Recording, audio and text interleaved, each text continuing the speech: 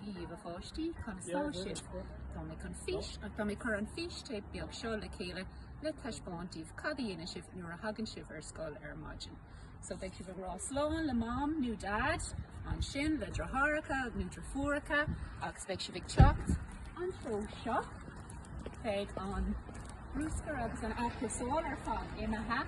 Níl sibh dal timpeall an cúine, tá sibh ag leanúint an cosán seo go fada le bun na scoile mar tá árgar speisialta a bhí.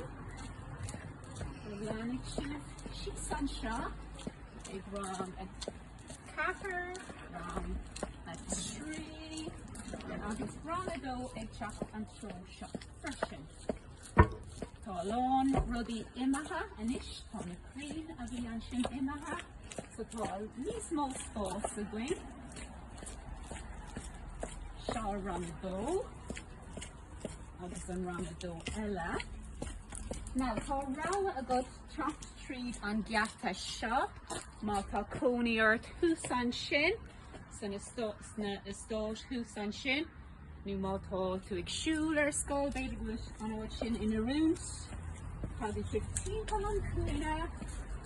Níl sibh ag dul isteach an sin ag obair ag tógáil seomra nua dúin. Tá sibh ag teacht an seo. Ag misise an seo ar maidin, chun sibh an ligint isteach. Ní beidh aon cóide an doras, beidh an doras ar oscailt. Agus siúlaigh sibh isteach, agus beidh mútar Nicolás an seo, an sin tá haon, dó, trí, agus an catharú doras seo ó seomra ranna.